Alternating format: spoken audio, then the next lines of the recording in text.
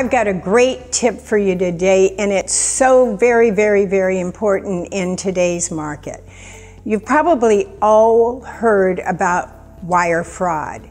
Well, I'm telling you, there are minions out there all the time searching for people who are doing escrows, who are texting about it or emailing about it, and that's a key search word, is somebody who's buying a house, and they stalk them if they can hack that computer. And here's what they do.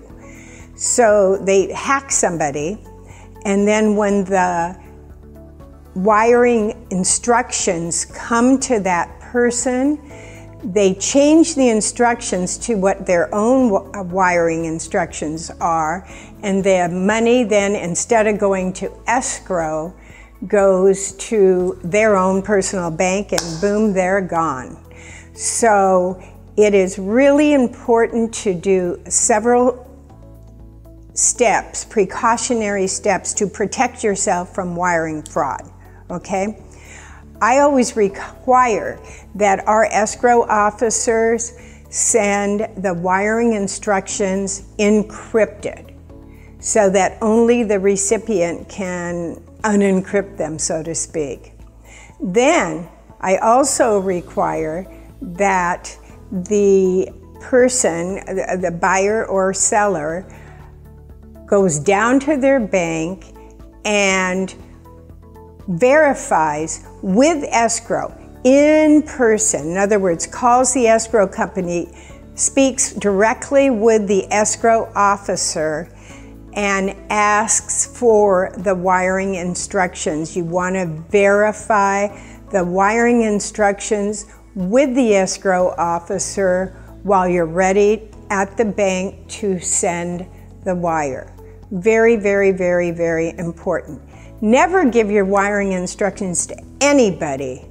I don't get wiring instructions. I had a person that texted me and said, "LeeAnn, what were those wiring instructions again?"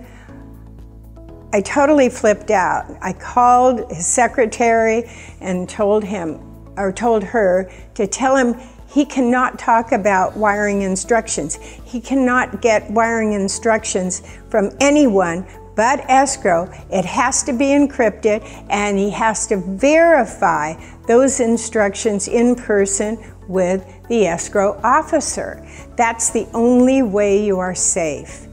And make sure that all those precautionary steps are taken every time you wire money.